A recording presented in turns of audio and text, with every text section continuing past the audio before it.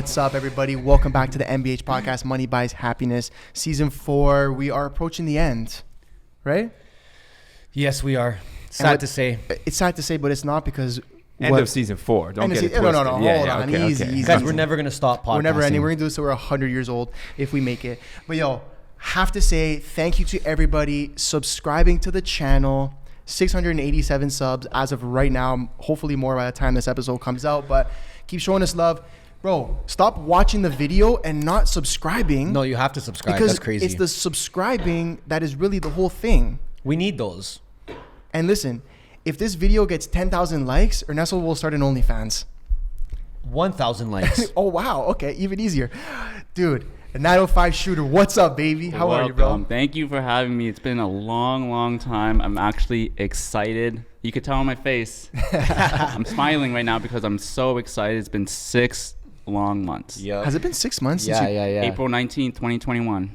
That's crazy. Wow. The only reason why I remember is because I made a video and I remember I was like, this is the day before 420 was about to snow. Yeah. In my mind, I already knew it. It was a good day. Yeah. Damn, it didn't feel like that long ago that we had you here. And the crazy thing is, it's like, it's the same weather back in April Yeah. till now. Yeah. It's like, it hasn't changed. October 22nd, and it's still the same. No, dude, we're excited to have you back. We're happy to have you back. Obviously, you've been killing it, doing a bunch of different shit since last time we spoke. Yeah.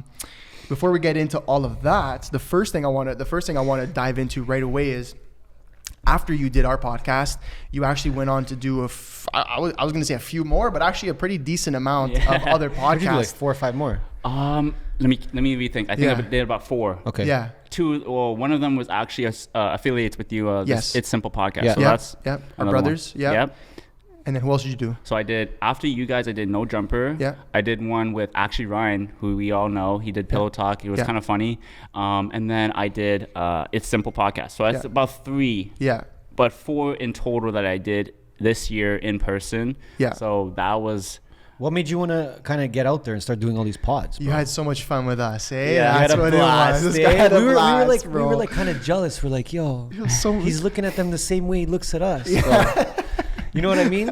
But then No Jumper, the guy's got 4 million subs. Yeah, Adam 22. This guy's massive. Yeah, so... Yeah, how was that experience? 'Cause I feel like that was one of the biggest ones. He hit you? He Yeah, hit you up? so let me like backtrack Yeah, and everything. backtrack. Let me backtrack so everybody kind of gets like a full gist of this, because this is like 6 months in the making. Mm-hmm. So after I did that video with you, I uploaded the video on my YouTube channel, and then throughout the month I just did a bunch of videos because of the lockdown, couldn't do anything. So it was like, okay, what do I do here? Then that podcast released May 10th, I remember. Me and our buddy Aaron, we went to California. We went there for about 3 weeks on May 20th, which is like 10 days after the podcast. Then I hit up Adam, was like, hey, I'm going to be in LA for this long, this days, when can we do a podcast? Hit me up like maybe a day or later that day. And he was like, yeah, I'm down, let's do it. Hit up his manager, set everything up, got all the information. May 31st is when we did that podcast. Absolute loved it. Went through a bunch of places: San Clemente, San Diego. We went to Malibu. We went to LA first. Yeah. Did that podcast, and then San Francisco. Cool. So to dive into the Don't Jumper podcast, it was amazing. Love the guy. His setup's cool. It looked like I'm curious. Like, where is it in person? Is it like a big open space like this? Like, it's pretty big like this. It's like a warehouse sort of vibe. Yeah. And then it separates into like the studio. He has a vlogs where he shows you like the setup. Mm-hmm. So it's like he has one side of it like. When you walk in, there's like a huge open area with like the screen that they usually take the photos with. Yeah. And then you walk into the studio, which is like a separate room. So and you then got a whole like, setup. Yeah. Sick. Yeah. So it's basically like cutting this entire studio in half. Yeah. And then having one side for like the photos and then this side for like the whole podcast setup. And it's a really like dope vibe. He's a cool guy. Yeah, he's a cool guy. I mean, he seems like it. Like the podcast, he seems like a really dope guy. Obviously, he does a ton of different shit. But I actually want to talk about the podcast itself. You guys got pretty deep. Yeah. You guys went like pretty personal. I think I feel like it's also his like attitude to just be like no fucks given. Yeah. Just blunt, yeah. Yeah, it was very blunt. Like I'm curious, how was that for you? With just the different questions that he asked you and him being so blunt, I guess, in a way. So I feel like after we did our podcast, because that got really personal as well. Yes, 100%. And I actually rewatched it last night to kind of give myself like an idea of like how was it like 6 months ago? Yeah. And the conversation was like basically the same, right? Though this one was more towards like the whole Nelk situation. Yeah. Obviously, like you guys could look it up on No Jumper and the Money Buys Happiness podcast. And we just kind of just dug deep into it because it's like at that point it's like I just want to like make sure people know what's going on through my point of view. Clear the air, speaking out about it, and also somebody who's like willing to talk about it because they know him, he knows them as well, like personally. So it was a very good conversation because it was a neutral boundary where like he's not picking a side, he just wants to hear it. He just wants to hear it how it is, and it's just a one-on-one conversation where there's nobody in between to like kind of interrupt it or let me not speak about it, right? So that's why it was so personal to me, where like I felt like it was necessary to just let people know how I felt, what was going on through it, and just kind of give my sort of intake and my opinions about it, right? I think that's why it did so well, was because people were like, yo, this is okay, obviously outside of ours, like, but we don't have that following yet.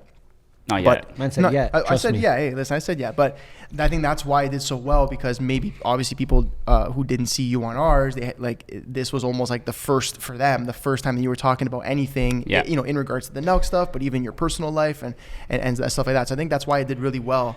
And I feel like he was a good over guy. 800K views. Yeah. You know what I mean? That's insane. Yeah, within the first day, it was at, I want to say like 100K within 24 hours or something like that. Yeah, like, it was, even compared to like his other episodes, like this one smashed. It did very well. Well done, bro. Thank you. Yeah. Jeez. And then you were you got on the Nelk. No, you got on the Nelk Boys pod. Yeah. So I did that. Actually, sorry.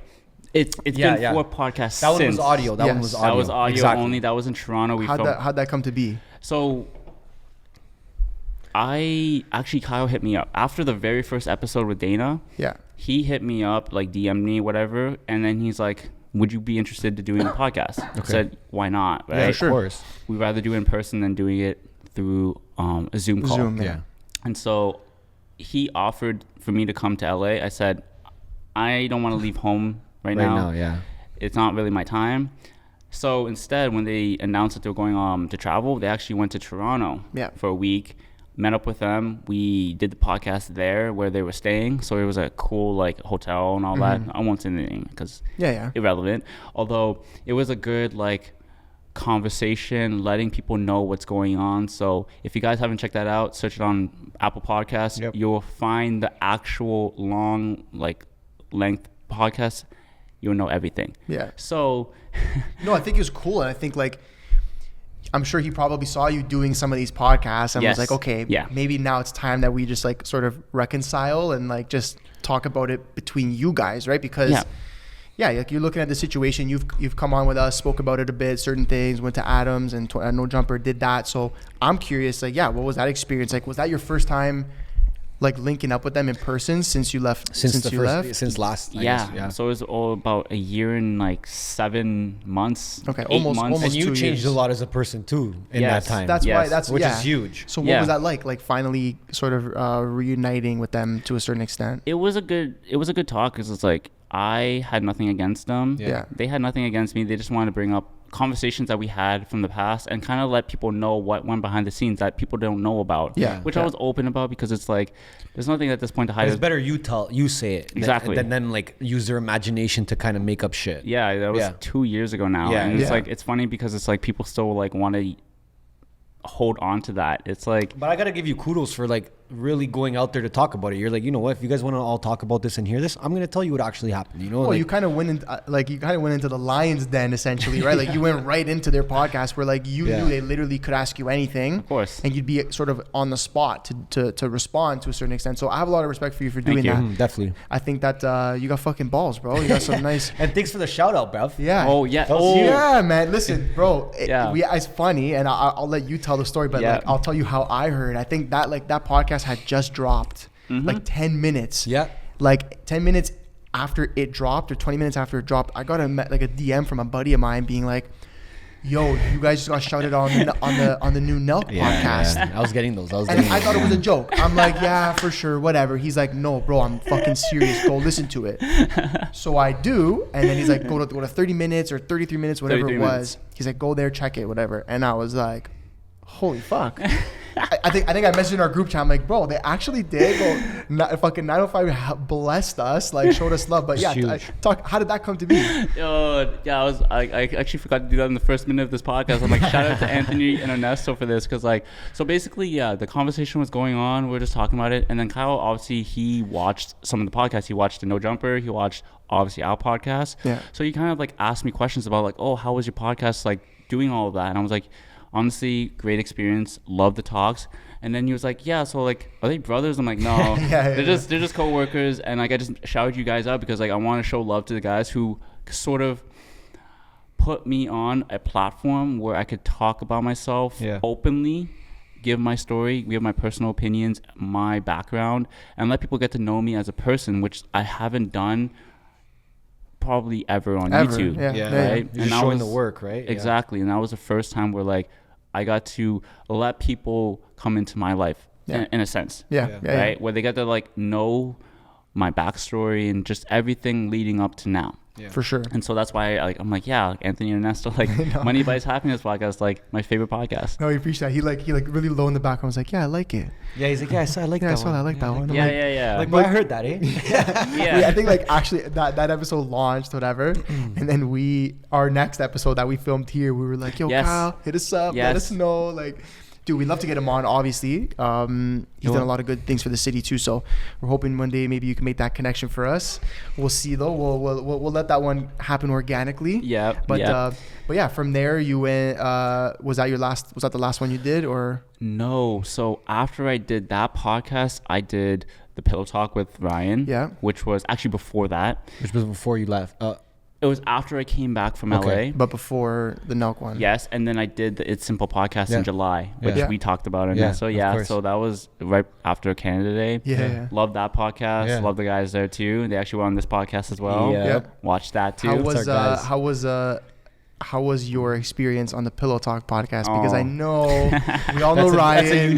That's a unique conversation. Yeah. How was your experience? I'd love to hear. I mean, bro, you went on. Like that was like another part where I'm like, yo, good for you. You got to fucking, because Ryan will ask you any fucking thing that's on his mind. Yeah. And I answered openly because I'm like, well, what's But you knew he was gonna go. Of course. I knew it was gonna be a podcast about sex talk, sexuals, right? Yeah. And yeah, that was a great episode. People loved it. He was telling me that people loved the response of it. Good. I actually liked it too. Yeah. And then funny enough, last week, I actually was like a special guest, like a cameo, right? Because one of his guests, Joey, who was like Too Hot to Handle with Carly Lawrence. They like, he's like, is that 905 Shooter like eating a lobster sandwich right there? They pan the camera to me and I'm eating a lobster sandwich. I'm like, it's good, right?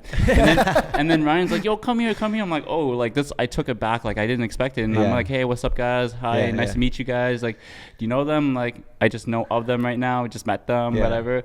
And then, just like Joey loved me so much. He's like, come back on the end of the episode. I'm like sitting on his lap like Santa. And I'm just like, hey, what's up guys? Like check out my stuff. Like for sure that conversation too was like was a lot different for you than the conversations you were having. Like it was maybe more fun for you or a bit more casual. Yeah. And so that was really fun. Like that was just kind of jokes. And then been to like a couple of his podcasts just like behind the scenes, like you know, so I met a lot of his guests, which is really dope, like connection. Of course. And just meeting them in general, like just meeting a lot of new people that I never. Well, when I linked up with you, when I came to bring you the cycle, I was telling you, I'm like, bro, like you're building a network of like all different kinds of people, you know, like people in the music scene, influencers, people on TV, and then just like the everyday person who probably follows you that's gonna be at these Hoko parties or that are at these festivals or these concerts. I'm serious, right? It's like it's a mix of everything, and that just shows that you've been working, bro. Straight up, you know. Your network's definitely growing. I'm curious, what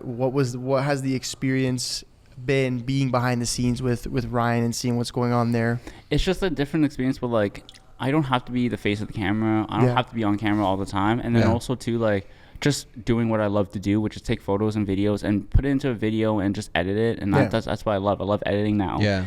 And just meeting these people and like having a genuine connection where I have now connected with them personally, where now I could move forward and see what I could do with that. Yeah. Right. And obviously that will be for the future. Yeah, for sure. You guys will see. Of course. And so you dived in also, like you started working with like Four Corners. Yes. Carl. Yes. And you did the concert too. Which one? Yeah, 90s nostalgia. Yeah, that one was sick. Yeah, so kind of backtrack because that was the last month. Yeah. I kind of want to jump back into California. Of course. Because California, that was just after our podcast. Okay, let's talk about it. So amazing because it's like a story that I've created on my channel that people now followed me. And like Aaron like hit up these hotels. We stayed at like a surf hotel in San Clemente. Dope. Got to meet like a couple like social media people who was like right beside us. Nice. Got to make friends with them. And then we went to San Diego. We went to stay at the Intercontinental. Oh, beautiful hotel. Okay. You guys would love it. Yeah, they got an outside pool. Nice. They got like a restaurant.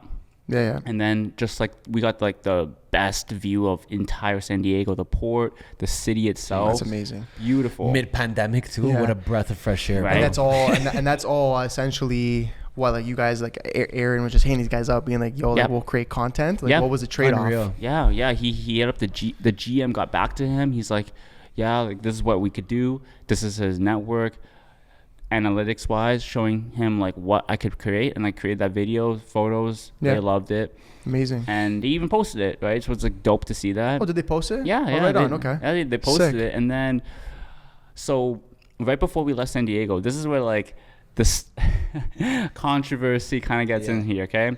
This was just when like Israel and Palestine was happening. Holy fuck, I remember. Right? This was in May 25th, I believe it was happening. So we were coming back from the port having like brunch or whatever with his couple of buddies. We see like police sirens right beside our hotel. We're like on the port and we're like, okay, we see Palestinian flags. We see a bunch of people there. This has to be a protest. So we go there. Of course, it's a protest. And so he's like, okay, I have my camera here. I'm going to take some photos, take some videos, put that straight to Twitter, Instagram, whatever. Yeah. Luckily, our hotel is right beside it. So I jump up there, edit everything, posted it right away. People were going crazy. Oh, yeah? Like good half and half, like 70, 80% of them were negativity. Yeah, but what negativity though? Because they're like, I didn't even like, so this is the funny thing. I just posted the photo. And I said, hey, I was at this, I gave them backstory, like how this came to be. So the negativity is like, oh, you support Israel. you support terrorists. People are like, fucked, man. Yeah. Right? You're a Trump voter for sure. Yeah. Like they're like creating these assumptions about me when I'm just like, and one guy actually commented, shout out to that one guy. He's like, this guy's a photographer. This guy is here to capture the moment. That's his job. This is what he's like good at doing, capturing moments like this to show people this. He's not even picking a side. I didn't pick a side. I'm not picking no sides. I'm neutral. So I was like, shout out to you. You understand me. I'm just there to take the photos, capture the moments, show you guys, let you guys decide what they feel. People were like, okay, they support me, like what I posted. Probably Palestinians, they support what I posted.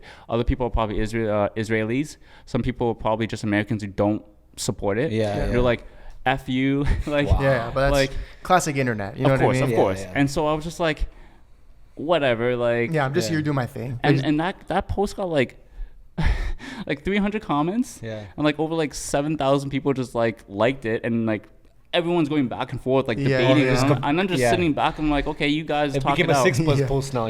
Right? And so then I posted it again a couple months later. Same thing, just like it said, end Zionism.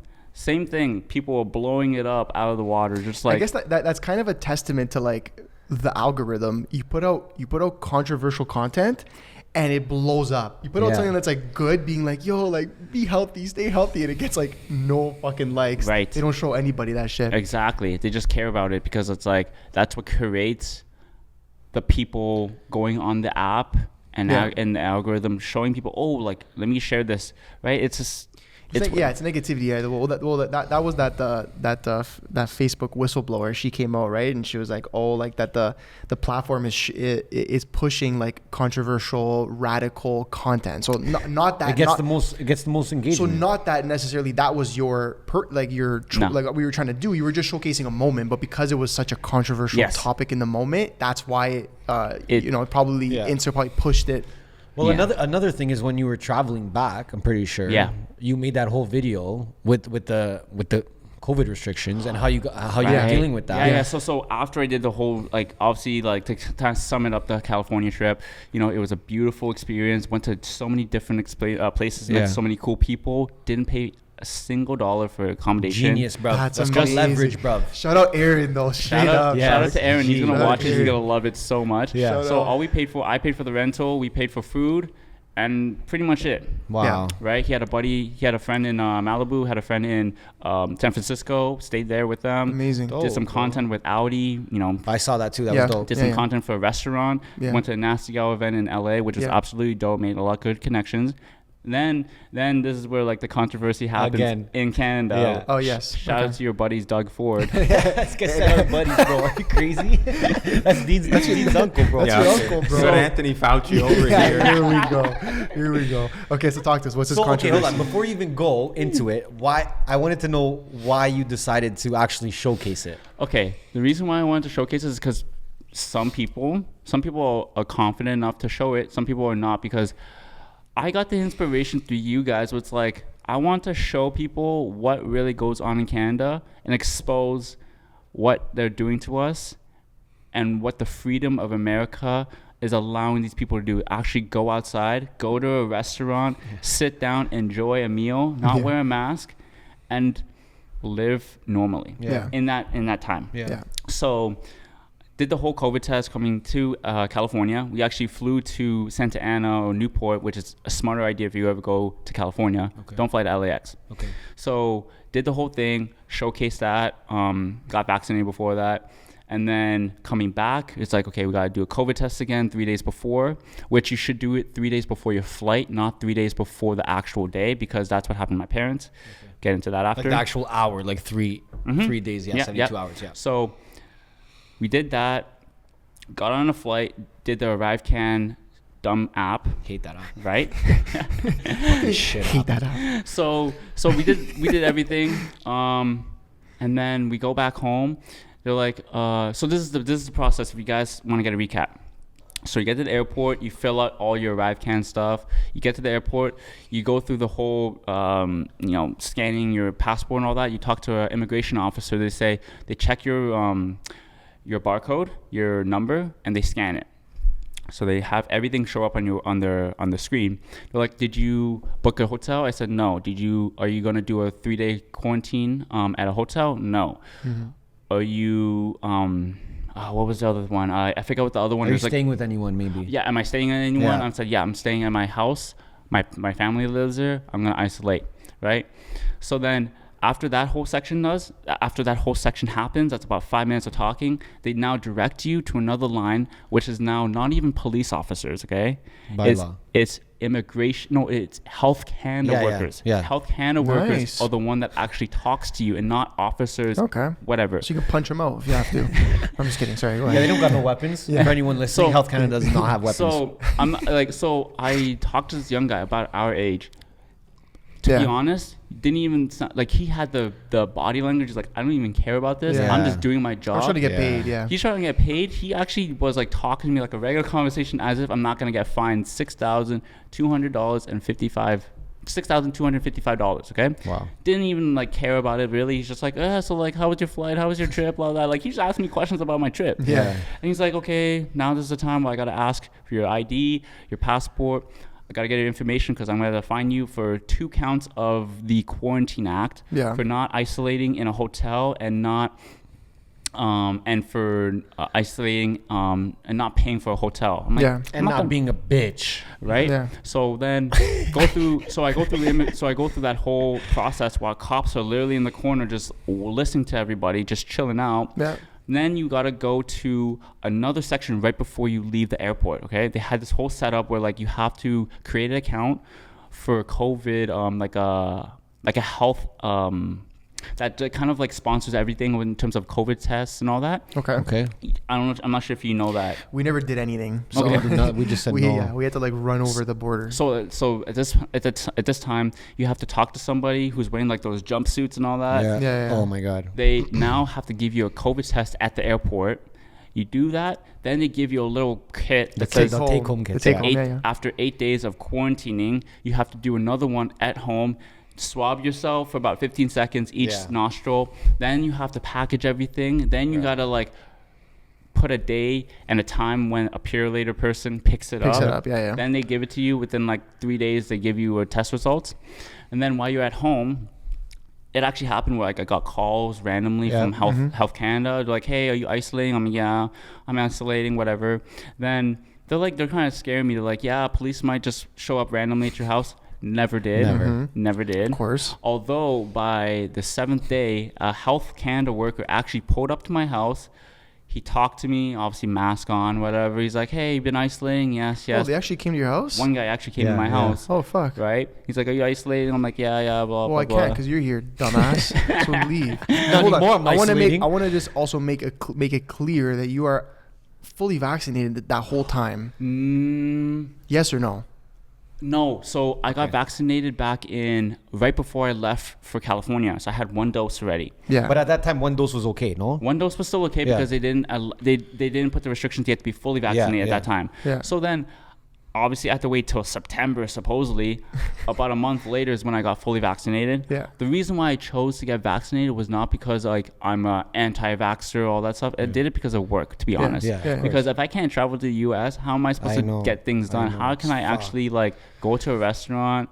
Because it's by law right now. You have to get fully vaccinated to go, which you guys don't even care. You could just eat. You could just eat at home, right? Yeah. But for me personally, if I'm going whatever out, you did it. I just wanted to know during this time of the quarantine, blah blah blah, like if you were fully vaccinated or not. No, I had my first dose. Okay. And then I got vaccinated after about a couple weeks after. Yeah. Okay, but then you were fully vaccinated going to Vancouver. Yes. Okay, so how was that now? So jump after the Simple podcast, jump after the podcast with Nelk. Then decided to go to BC, which is honestly the most beautiful spot. It's fucking lit. It's the most beautiful place I've ever been to. One of my best experiences I've ever done in my entire life. Highly recommend anyone that's going to Vancouver or go to BC. I highly recommend you go there. Not just that, only go to the Vancouver Island. Skip Vancouver, come back maybe a couple of days when you're arriving at the airport, and after when you're leaving, skip Vancouver. Wow. Because honestly, when you go to the Vancouver Island, you go to Tofino, you go to Victoria, you go to like Juan de Fuca is where we camped. Beautiful. You were camping? Yes. That's fucking lit. We went camping for 2 days, had no service, literally just like living nature. Yeah. And then this one night, we had no phones working, nothing, no signal. We literally stayed on the beach at like 10 o'clock at night. Clear skies, could see the entire stars. We saw shooting stars pass by. Seen a UFO or no? No. We did see the American border. We saw Washington across the ocean. Oh, yeah? You can see it? Yeah. Oh, shit. Well, where we were staying. Yeah. Although it was raining a lot. So, other than that, though, like it was so beautiful. We just looked up the stars like a movie. Yeah. Saw all the stars. Did you go with Aaron? No, I went with my brother, his 3 friends, and we just stayed there for 3 weeks. And then we went to Whistler, and we went into the village. We stayed at like a hostel, which is the most sickest thing. I'll let you guys know after. Yeah. The most sickest thing. It's like you have a little pod. You have everything you need, light, electricity. You could do all that. It's like somewhat soundproof, but not really. Okay. Although you're sharing like there's like a bunk above you and beside you, and you share one washroom and like and a shower. Sorry. Okay. Although it's like, you know, it's chill. It's its own vibe. I know the hostels are there. You're so very chill. integrated. It's one of my best I'm experiences. like, bro, I don't want to be around nobody. No, that's good if you're like going somewhere and you want to meet people. No, especially if you're traveling alone. I know that's a thing to do. Keeping the cost low. Yeah. You know? But how was the restrictions? They was so chill. Like they have to like wear a mask mandate because they just lifted that when we got there. Okay. Although everything is just normal, like way different from Ontario. Like people can actually go to restaurants at this time. Because Ontario, I don't know if it was actually. No.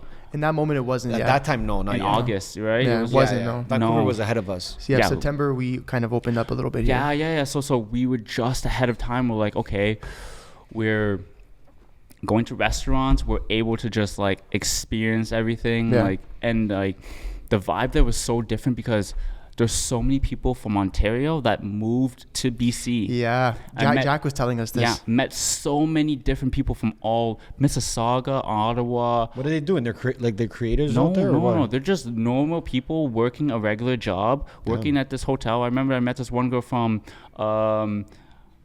like Toronto, like Northwark area, working at this hotel or at this hostel. Yeah. Right. Met so many. Actually, in Vancouver, in Victoria, I met like 5 people from Mississauga within like a 20-minute drive from me. It's because the lifestyle is just different. It's so different, right? Yeah. And then like we loved it so much because we went on a 7-hour hike. Holy fuck, bro! You won't catch me doing that. No. I would have died 3 hours in. So here's the backstory of how crazy it was, okay? And I'm kind of crazy for this, okay?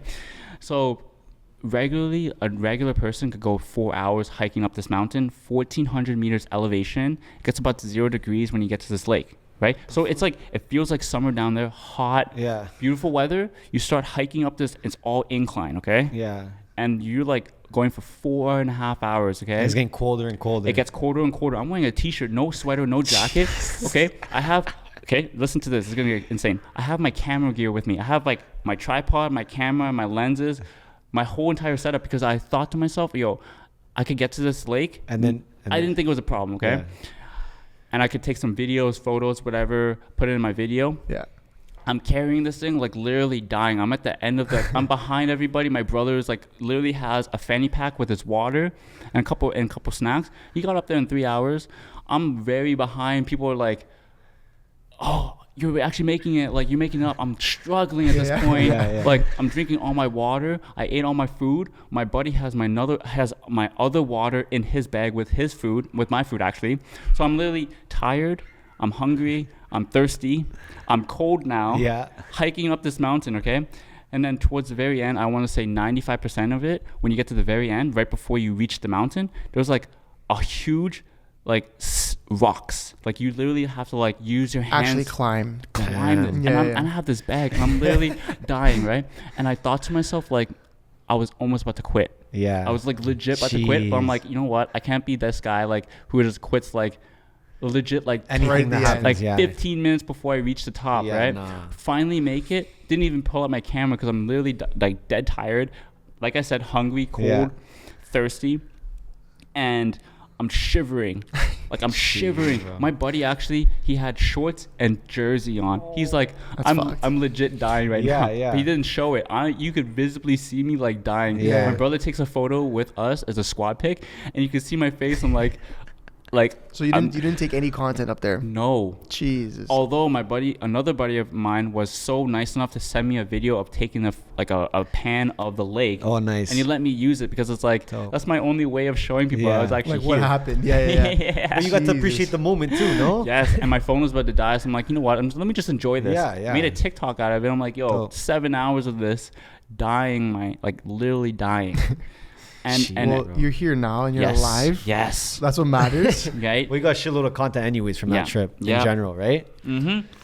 Fuck. Bro. So you come back. Yeah. I want to talk about the Four Corners stuff. Yes. A little bit. Because I don't really think, that probably looked like it happened all in the back end, like background. And then all of a sudden you were just like, I just saw one of your stories and you're on stage at the fucking the ACC, the Scotiabank Arena. No, I call it ACC. Yeah, ACC. I know. I'm just ACC for any of the fucking Gen Z. Verbatim, yeah. It's how was that? Because how did that even come to be? Yeah. So first of all, I hit up Kirk, aka Four Corners, after that podcast in season 3. Nice. I hit him up. I'm like, hey, saw that you were on the podcast. Love the guys. Was on their podcast too. Let's connect. We connected, and then literally a day before this 90s nostalgia happened in Vaughan, not in Toronto, in Vaughan.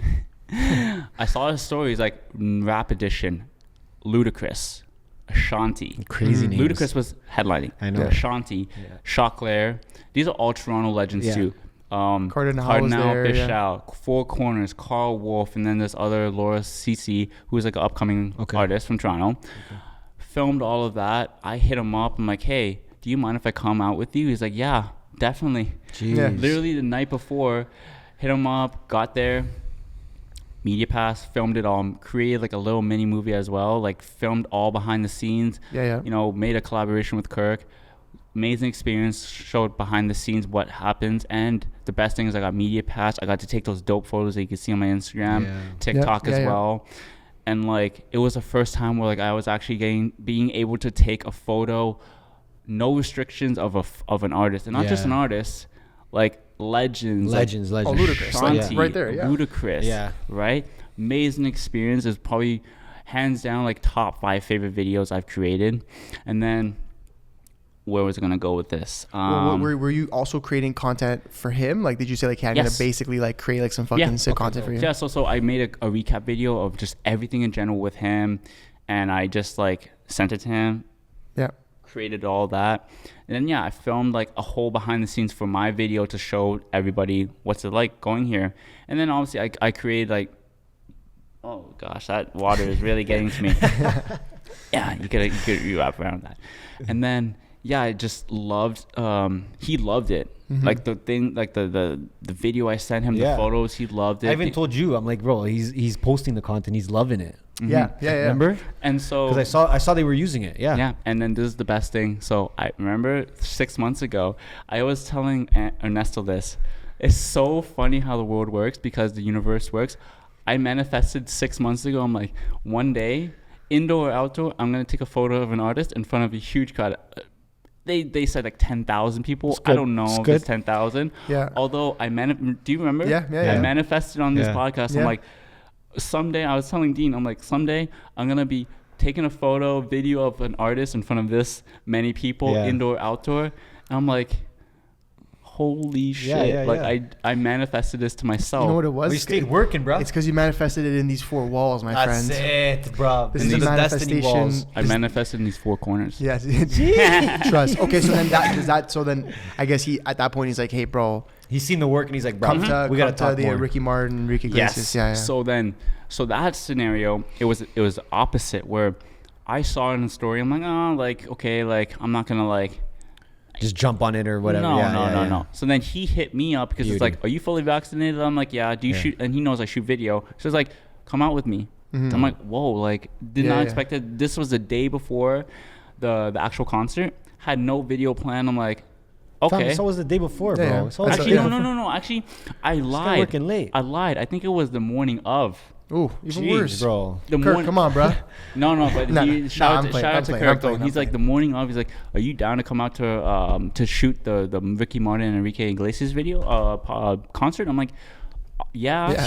Not only that, I had no video plan, had nothing planned. I'm those guys might be bigger legends than the ones you just finished shooting at that time. Yeah, although those two, I couldn't really film I just on my phone. Okay. Although it was a dope experience. I got a free concert. Got Media Pass again. Yes. Dope. Yep. Yeah, and so you were like, dude, I remember you put out a fucking story of you just like, it was empty, like the ACC empty, but I'm like, damn, like. Yeah, and then I got to not meet them, but I saw them sound check. I made a whole TikTok about it. Yeah. And then got behind the scenes again, took some dope photos for him.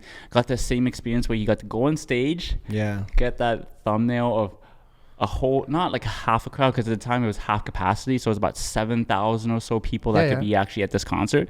And then if you watch that TikTok, it was insane. The amount of people actually, I'll show you guys right now. Yeah, do it. Because like, you're going to lose your mind. You're like, whoa, like that actually happened. And like, it's still like amazing to me. That one, there was like 20,000 people for sure. No, it was so dope. Like, I'll show you guys, because it's like an amazing experience with like,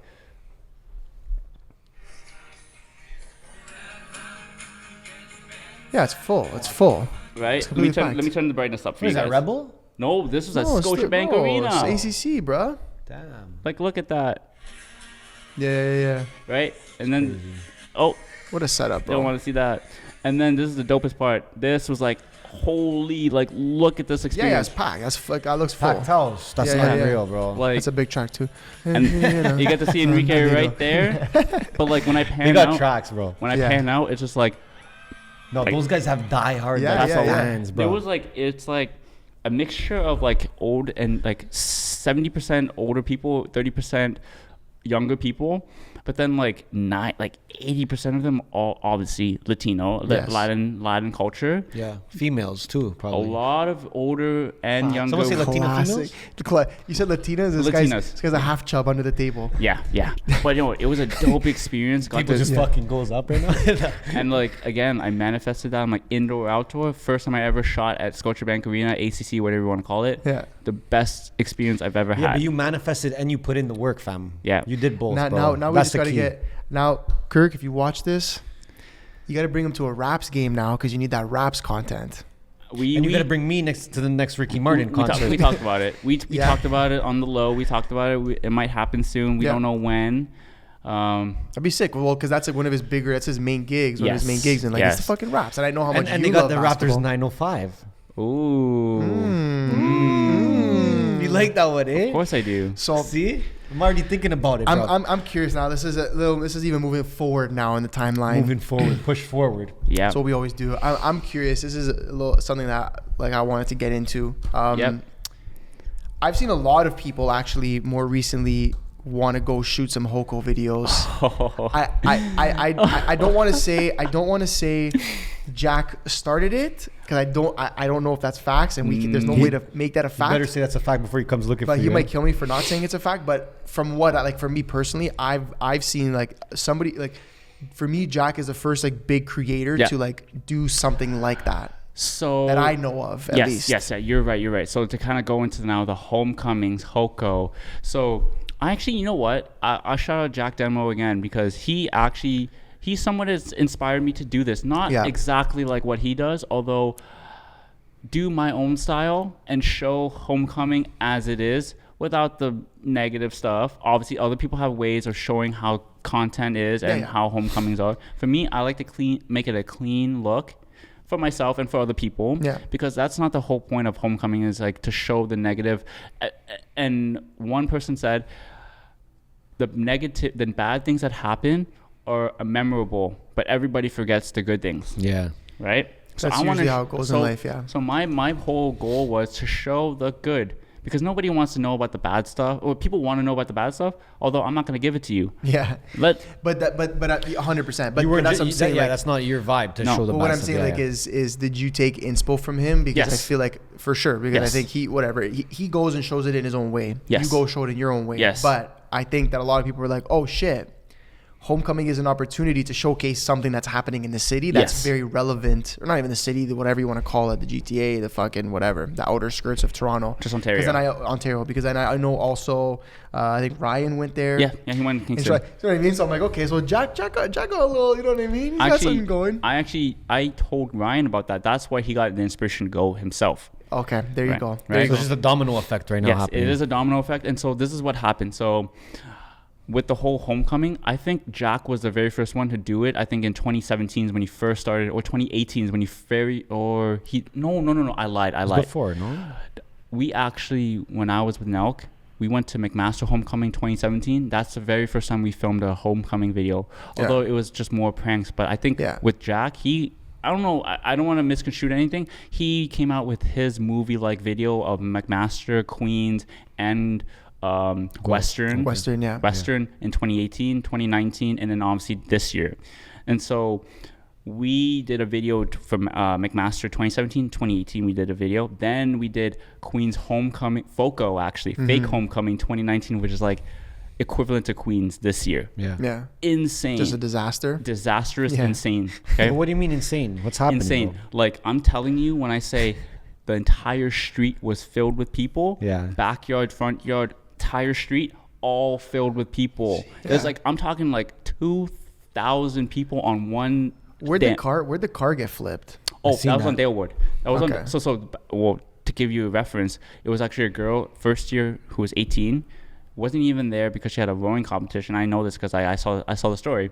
And then when we got there, it was like 2 hours in, 3 hours in. Car was perfectly fine. Nobody damaged. Nobody cared about the car. It was even there. Yeah, right? yeah. And then there was a couple people who like thought it was a funny idea to like, go on the hood of the car, stomp on it, create dents in it, and then people started smashing a windshield, her windows, and then that's when the mob mentality came where they flipped it over. And then the best thing is, I thought it was kind of funny. Like she's probably got insurance. So no. So her friend made a $5,000 GoFundMe. Oh, there you go. Actually doubled it. Oh, so now she's gonna buy a nicer car. Yeah, and I actually reached out to her and I said I showed support. I donated her. Nice. Because why not? Good for you. Next whole I'm gonna leave my car in the middle of the street. Me too. Get the insurance money. What the fuck is that? That's messed up. That's messed up. No, whatever. Listen, the one thing I will say is when the only one time I ever went, I think it was Queens. Oh, it was fucked. Like it was like that. Like whatever. People were getting sauced. It's nor right, not right nor wrong. It's just the experience. That's what it is. Now, is do people get extra? Of course they do. Right? Liquor makes you do fucked up shit. College kids, Liquor is not an excuse, though. No, it's not. No, listen, bro. I've been pretty fucked. I'm gonna use liquor as an excuse, bro. Trust me, because there's times, but then you gotta just stop drinking at that point. Yeah.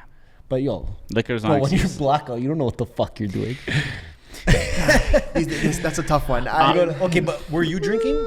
No. You didn't drink anything. Okay, so it's been almost now a year and 10 months. Because last time you were here, you told us that it had been however. Yeah, and still going. Yeah. Bro, you got the craziest mental strength and fucking. Yeah, sorry, we're smoking a doob right now, but. Yeah, but it's funny enough. Remember, I talked on the last podcast. It's almost 2 years to the date. November 1st, 2019 is when I completely stopped. Smoking weed, drinking. I can't even imagine you stolen, dude. I would have a blast, bro. Okay, I want to ask you a question. This is something more personal to me. Yeah.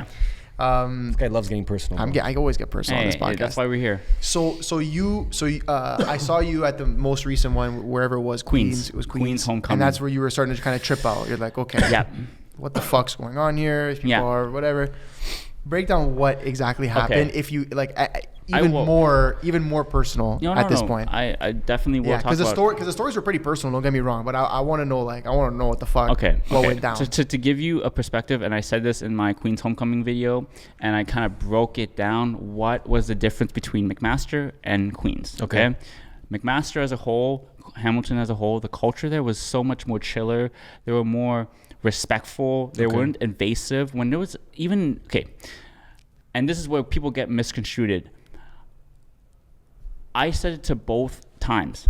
The week leading up to it, I'm like, I'm gonna go to homecoming this Saturday to your city, to your university.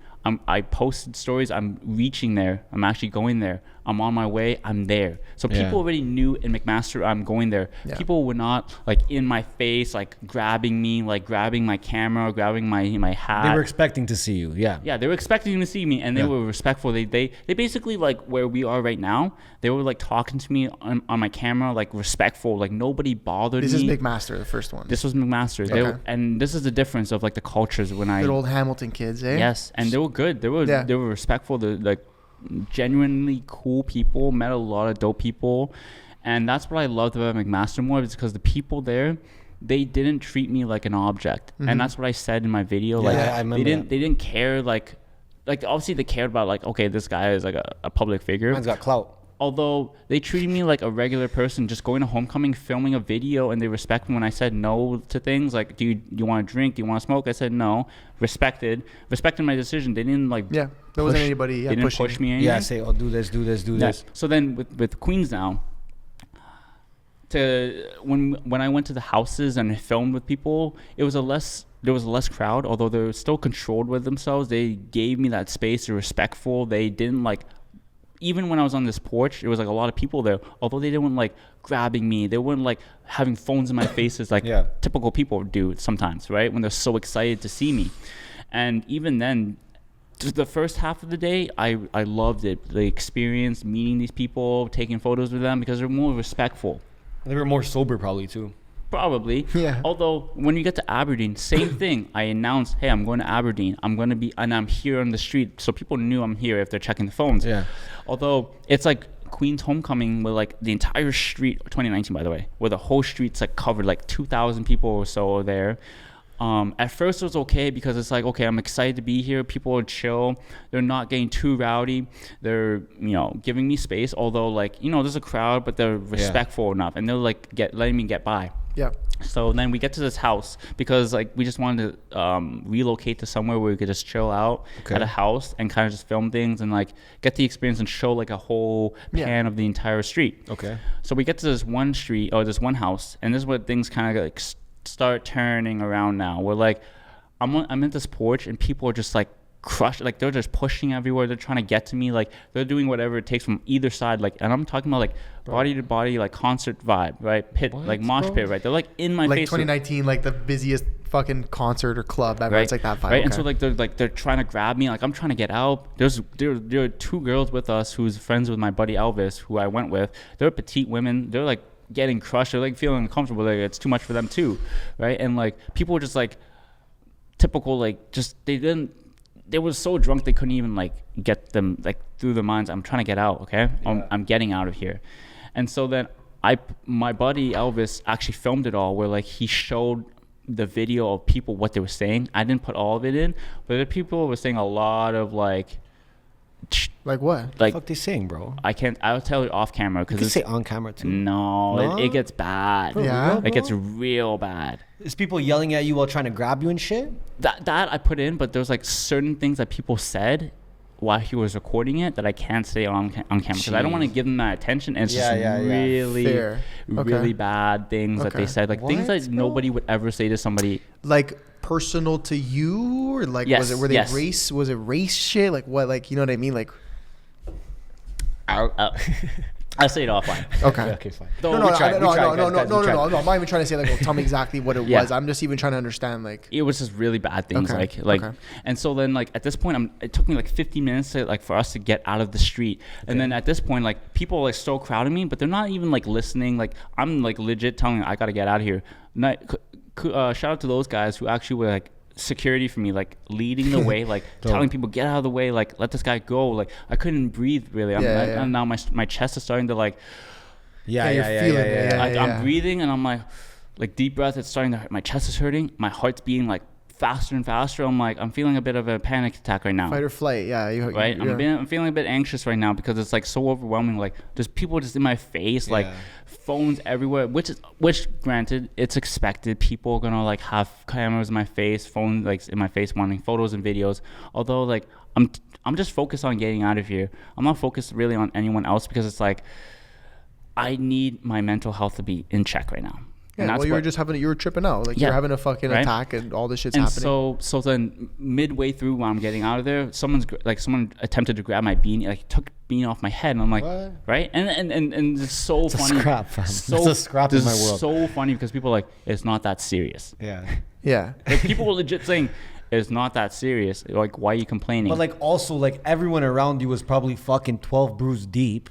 And you're sober, and you're like, bro, that's not funny, bro. The vibe's different. It's not funny, right? Yeah, so one guy did that. Then my buddy, actually, Elvis, got the video of the guy actually looking at my camera. Like, I had it in hand, and he grabs it, like, actually wanting to take it. I'm like, and I look at him like, no, it's a box. And I say to him, I think that was on your video. I think you put that in the video, and I saw that. And I said, I told him, like, what are you doing? Like, why would you even attempt to do that? Nobody in their right mind, drunk or sober, regardless of what your intoxication is. So now I know why you're saying no excuses, even if you're drunk. Now I get it. Now I get why you said it. So at this point, regardless if you're sober or drunk, when you when you're thinking in your mind, I'm gonna take this camera or take this beanie, it's no longer alcohol involved. It's logic. It's your premeditation, thinking in your head. Okay.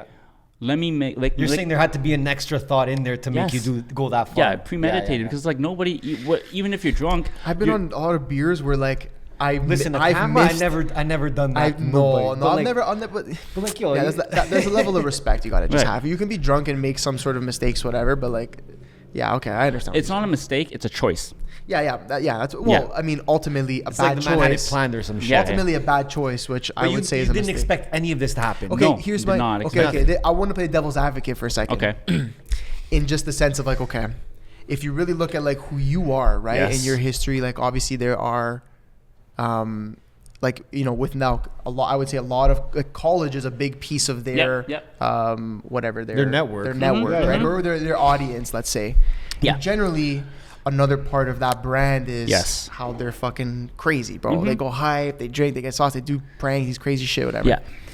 what I'm saying is knowing who you are, right, and the fact that you're like a public figure and Yes. that there is a connection there, like, yeah, like you didn't think like, yo, maybe like this shit could happen, like, you know, Or maybe something, but not that serious. yeah, So- like you see what I'm saying, like where's the like for maybe you, a where- one-two for you, where were your- name call. Yeah, for you, where was your thoughts, like? So Ernesto hit the point right there. Mm-hmm. So going into these homecomings, I knew to myself, this is expected. I'm Yeah. going to a university where probably 80% of these people know who I am. Yeah. And if I'm going to announce it, they know even for sure. like 100% Yeah, know like, I'm yeah, going, exactly, okay? exactly. Whether the first year, third year, whatever the case is, okay? So this is where my expectations were different because leading into McMaster, I already expected that. I had the expectations that it's going to get crazy, okay? Yeah. Although my thoughts changed after because of the level of respect and the level of maturity that these people had at McMaster and Hamilton, okay? So now going to Queens, I knew that they're going to get a bit more rowdy because they want to compete with like Mac and Western, yeah, right? gotta be the craziest. And they are much more crazier culture in terms of like the partying, right? Okay. So I had that expectation even higher where like, okay, I'm going to expect it to be crazier than McMaster. Although I didn't expect the level of immaturity and the level of disrespect that I felt through the people, not just, you know, the culture itself. That's where I felt was the difference, where my expectations lowered towards like, okay, like I'm not going to come back here again. Yeah. Because So you had you felt a certain standard at McMaster, and then you're like, okay, maybe. hopefully Yeah, but- that the level is like the same, although Yeah. it's going to get obviously crazier, but it was Two vibes. completely two different vibes. Were like the people there, and people have told me off camera, like students wise, were like Kingston is known, well, nowadays Kingston and Queens, the students there are known for like wanting to go viral. They want to go, they get the, I don't even like to say it, The the viral clout. moment. The Yeah, they clout. want that viral moment. And I guess you posed a perfect opportunity for a Yes. viral moment. Which, okay, granted, a lot of them did through my video, although the reason why I did that is not to give, half of it was obviously to show them, and obviously I didn't like say like who they were, Yeah. although I want to expose what really goes on behind the cameras that people are not going to talk about or show on camera if I can't show it, right? So that was my reasoning for actually showing that, because it's like now people can actually see what I go through and can sort of relate to me in a way where like I'm an average person too. I'm not like this guy who walks around with security all the time and like. That's why I'm asking, right? Because I actually think, again, there's a respect factor of being like, you had the balls to even go in again to like the lion's den almost. Yes. Knowing that the whole Nelk situation, these guys are sauced, blah, blah, blah, all that stuff. Like you knew that, right? So Yes. there's a level where I'm like, I have a lot of respect for this guy. I just always like to be devil's advocate and say, Yes, okay, of course. would you have not expected that? But again, it's the level of like, you were expecting it to a certain extent. Yeah. And was it very often like, did a lot of people come and try and like take videos of you and pictures of you? Like, I get it. I understand that people take videos and photos without me seeing it, and there's nothing I could do about it Of if I course. don't know. Yeah. Of Although course. if I know that they're filming and taking Yeah. a photo with me and they don't even say anything, there's two different scenarios where somebody comes up to me, they say hi, Yeah. and like, can I get a photo? yeah. When you say that to me and you're more respectful and you actually engage in a conversation, then I'll say yes, okay? Mm-hmm. Although when somebody's just like, hey, like, and don't even say anything, they literally come up to Yeah. me, right? Take a video, and then some people are like, can I take a photo with you, right? So I'm like, okay, sure. And then they take a video. I'm like, Bruh. what? Yeah. What, man? Bruh. Yeah. Like, seriously, like, if you're going to ask for something to be granted, like, benefit of the doubt, you would take a photo with me, Yeah. right? It's not a big deal, although it's like, when you take a video, it's like, okay, like, now you're just lying to me. What are you trying to Yeah, do? yeah, Right, and you don't know what they're gonna do with that. They don't know what they're gonna say. Yeah. And that actually happened to me. I'm not gonna say who it is because I don't want to give them any of that attention. Somebody's like tagged me and they're like, and I remembered it in person. The guy's like, hey, can I get a photo with you? And then he takes a video again, and he was being all weird about it. And then he pulls up his shirt. It's like a full send shirt. I'm like, Dude. like, and he's like, say something to the camera. I'm like, I don't know, I'm 905 shooter. Like, I didn't know. 'Cause I was not. Let me get to the backstory, because people are gonna be like, why would this guy looks uncomfortable? I'm like, I literally went outside just to check up on something, right? Yeah. Didn't even care. Like, I didn't even want to be like seen. I was low key. The guy comes up to me and does that, and I'm like, Come on, man. What do you expect me to say? Like, I'm tired. Like, I just want to like stay inside. I don't want to be out here, because the crazy thing was they had thousands of people outside of the place I was staying at a park. And there was like a whole crowd. Like, Jack filmed it. It was like at a park. Like, people were filming there. Like, there was like thousands of people there. So it was like, oh, come on. Like, how? It was bad enough going to Aberdeen, and then now the party's close to where I'm staying. It's like, come on. Like, what are the chances that like the place I'm staying at is like a park filled with thousands of students there or people there? And I'm like, ugh. So now what's the feedback been like from those videos? Okay, so McMaster was obviously dope. Mm-hmm. Which one was the best one? Like the best party? I love them both, though. Yeah. I love them equally. Although if I had to choose one, I'd pick. It's so hard to say because there's good and bad to Queen, but then there's also like just all good with McMaster. So it's like, how do you pick one? Yeah, but maybe the bad was a little bit of juice, you know? Of course. It gave that little bit of spice. So like that's the thing. Like with Queens, it was like. I just did not expect it to be that bad. It for me personally. And then towards the end is when I showed it the video to kind of rewind. The girl, like, so there's 4 guys, one girl, 2 girls actually, but one is actually one did. There's one guy filming, another guy's like instigating the girl, like, yo, do it, take his beanie. And I'm like, that was one guy's job. Just do it, right? do it. So the girl goes, grabs it off my head, like legit grabs it, and then pretends like she's running away. I'm like, you can see my facial expression, like I'm annoyed at this point. I'm like, what are you doing? I grab it back, and she's like, she gives that face, just like a smug look, like, oh, like it's not that serious kind of look, right? And the guys are just like, you're a sav, you're a demon, and all that in the video. Because you took your hat back? Yo, you're a demon. They needed 4 people to take a hat off your head. Well, one person, but 4 people to like instigate her, right? That's what I'm saying. And then off camera, because it obviously was after the video, and probably people were recording it. I'm like, that's just so disrespectful. Like, why would you do that? Regardless of like what it is, it's like that's someone's personal property. So then this is where it gets funny. So she has a phone on her skirt as a pocket, okay? And I look at her and I say to her, so how would you feel if I just took your phone right there, like right now? And it's like, well, and this is the funniest response. She's like, my phone is right here. Like, you can't get it. I'm like, no, that's not my question. My question is, how would you feel if I took your phone right now? Would you not feel disrespected? Would you not feel like it's invasive of your privacy or of your property?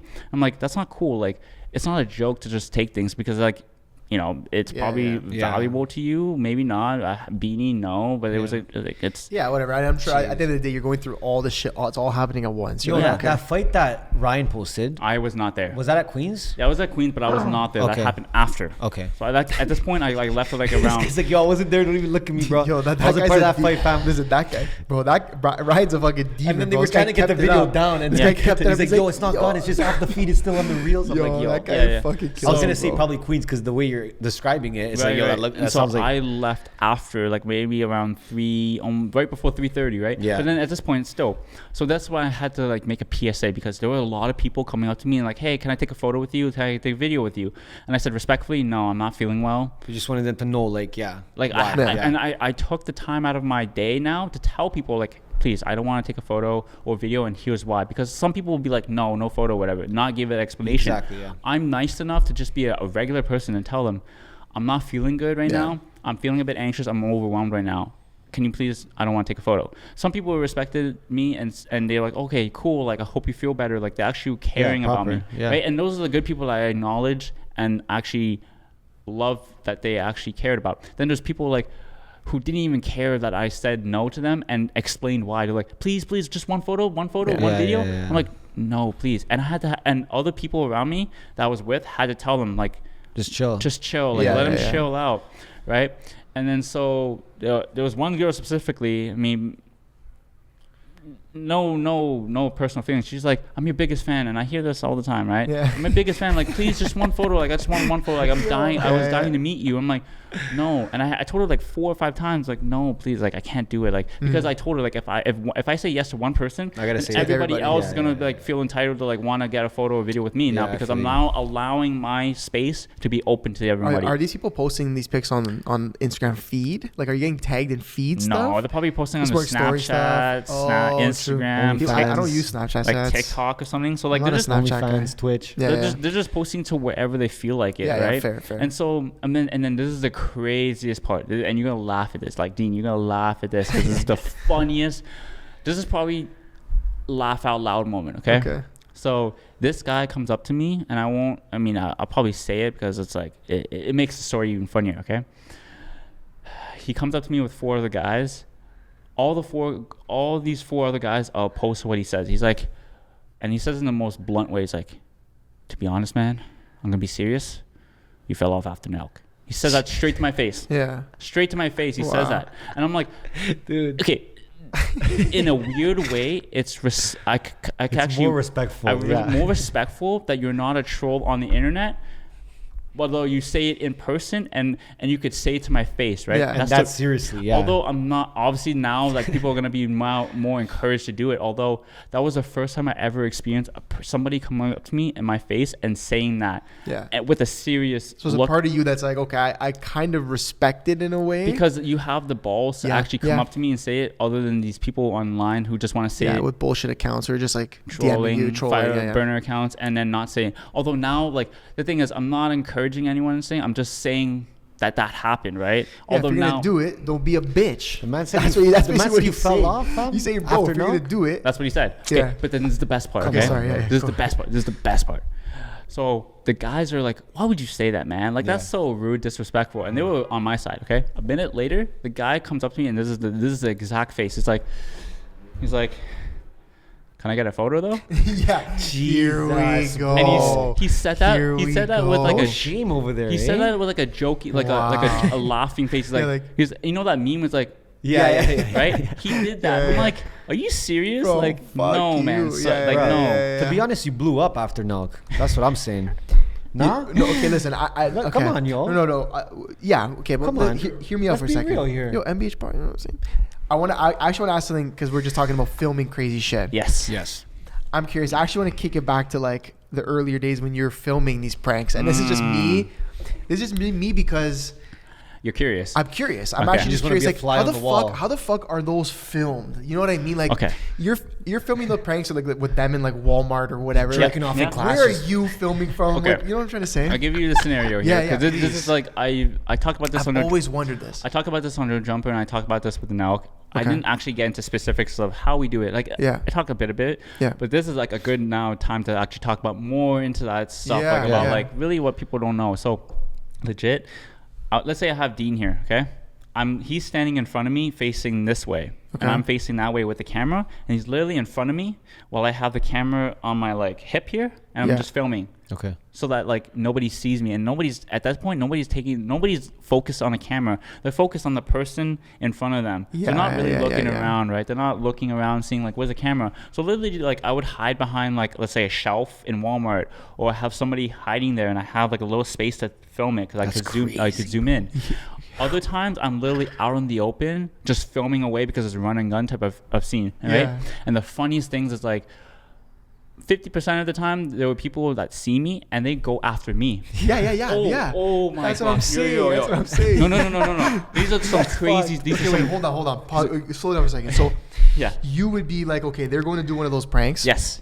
And you would go behind the person they're pranking. Is that what you're saying? No. Or you'd be behind them. No. I have somebody in front of me. Oh, as like a decoy. And then they're in front of me, like maybe like from here to like where like the washroom is. Yeah. And I'm filming them because I could zoom in really quickly. Really zoom into them. So there's a third guy. Okay, so there's the person who's pranking, the prankster, we'll call them. And there's a decoy who you're using as like a cover. Shield, yeah. And then you, the filmer. It's a shield. Wow, it's a fucking setup, bro.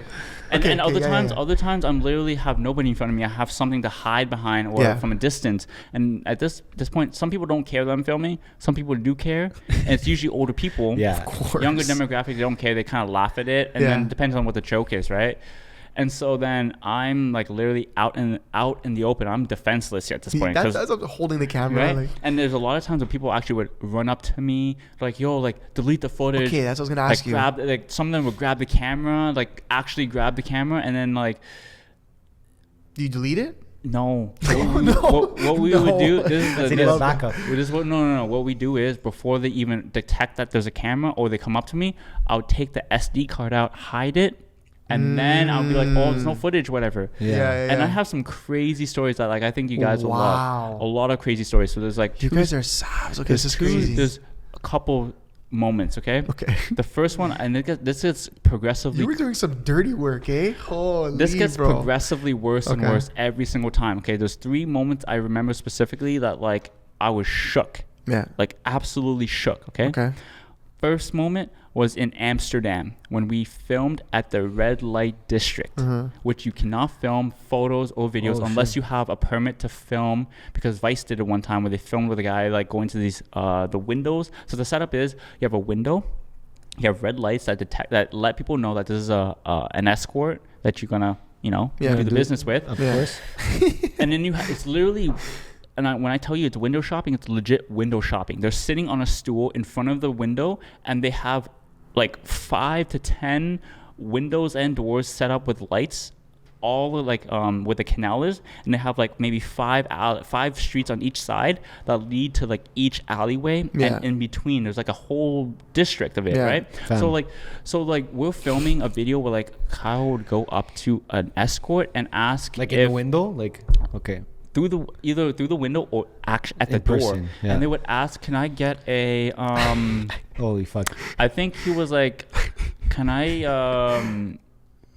He was asking for something fun. Can you eat my butt or something like that? I think it was something along the line. Yeah, for sure. Like it was something weird, or can I fart in your can you fart in my mouth or something? Oh my god. Something like that. This was like, and so I'm filming this across. I'm actually curious. But keep going.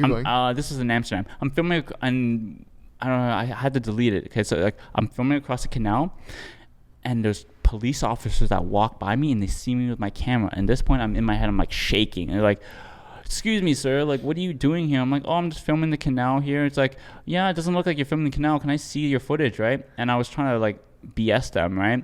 Like, this is during the day. Like, show me what happened at nighttime, because it is at nighttime. Show them the footage and like, please delete it, or else you get arrested. Because you can't film, or like you get fined or whatever. Wow. And then it's like, if I ever see you again filming here, you're gonna get arrested. And I was like shaking because it's like, bro. And I had to tell them like I had to delete the footage because the police officers were there, and they were gonna arrest me if I didn't delete it. Because once so it never made it. It never made it to YouTube.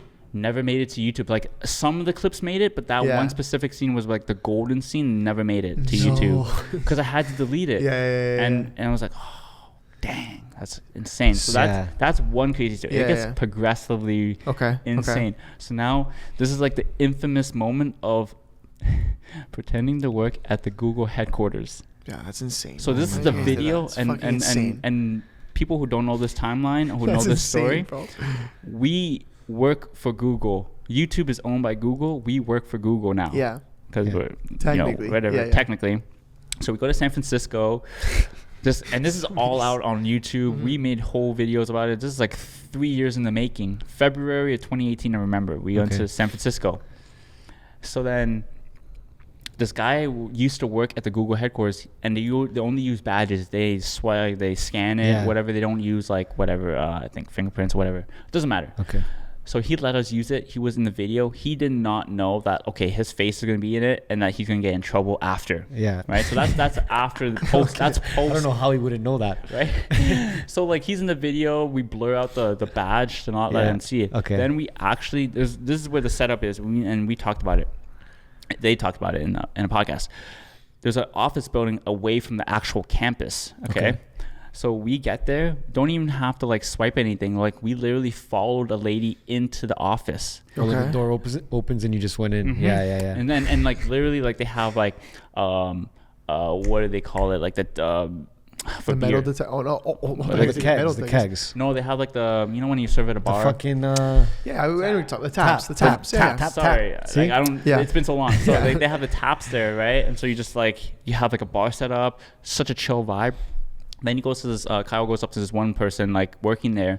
He pretends to be like an employee, whatever. And then Jesse calls him as like a VP or something. And he was like, "Yeah, you're fired for like having sex with my daughter as the prank." In front of this guy, and he's overhearing everything. He's like, will I get in trouble for this? It's like, hey, like if it's your daughter and you weren't working or anything, like it's not a big deal. That's what the guy said. And like we had to blur his face, everything. I had to blur every single employee's face. Fucked. And blurred. It took me such a long time to blur all these faces of these employees and shit. And like at the same time, like I didn't know how to blur properly. So like the blurring work was brutal. Double time. It was bad. Right now I know how to blur faces. Okay, just in case. And that was insane. Like, so after that happened, we got a warning from our MCN, which is a third-party agency that like helps you get ads and paid on YouTube. Right. So they dropped us, terminated our contract because we uploaded that video. That got 1.3 million views in 24 hours. Jeez. We got terminated before we even upload the video. We told the MCN company like, yeah, we're posting this video regardless, right? And then 24 hours later, we get an email from YouTube. It's like, yeah, your video has been deleted. You have a second strike on your channel. If you get a third community strike on your channel is completely terminated. So that's when we had to private all of our videos and then wait like 3 months before these strikes ended. It's out, like they talk about it, so it's like there's it's out there. It's no secret that I'm talking about this now, right? So like I have nothing like really like hiding from, right? And these are like crazy like in-person stories. And then the third story, this is where it never made it to YouTube ever on the face of the planet. What the never fuck made you it guys do, bro? So this is where it gets insane. Okay, we're in LA. We go to the hood. We go to these guys are fucked. You guys are we don't go to Compton. We go to Inglewood or Hawthorne. Hawthorne. So Inglewood, Compton, and Hawthorne are like the ghetto right beside LAX. Okay. Jesse has a KFC uniform, and another guy like this Cassie Campbell. This is gonna be fucked. He pretends to be a head office employee of KFC. So we get off the highway. I still remember Imperial Street or whatever on KFC Imperial in Hawthorne, California. Okay, sketchy as it is, it's raining outside. We get to the place, and it's like all Latino people. Every single one of them is a Latino working there. I'm filming it like from like a table, right? Under the counter, right? And then they walk in. Insane. They pretend to be an employee. He pretends. The other guy pretends to be a head office guy, right? As they leave, whatever, because they didn't get anything from these guys. Like, they didn't like care about them. Like they just like mind their own business. As soon as I leave and they see I have a camera, that's when like things get absolutely heated. Scary. Like I'm talking like scared for my life type of thing. The fuck happened?